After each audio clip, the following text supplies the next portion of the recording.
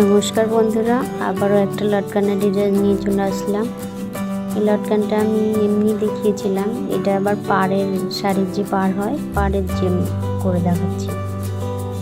দেখো কেমন হয়েছে, দেখে ভালো লাগলে অবশ্যই লাইক কমেন্ট শেয়ার করো। এবার দেখলেই শিখে যাবে। দেখো কীভাবে আমি লটকানটা করছি। তো প্রথমে চারখানা একটা কাপড় নিলাম, নিয়ে ওটা কোনোভাবে কাছে ধরে সেলাই করে নিলাম। আবার একটা কাপড় নিলাম, কোনোভাবে সেলাই করে আবার একটা ফোল্ড দিলাম, দিয়ে সেলাই করে নিলাম। তারপর ফিতেটা দিয়ে দুমড়ে ভালো করে সেলাই করে নিয়ে যে বাকি অংশটা আছে আমি ওটা একটু কেটে নেব।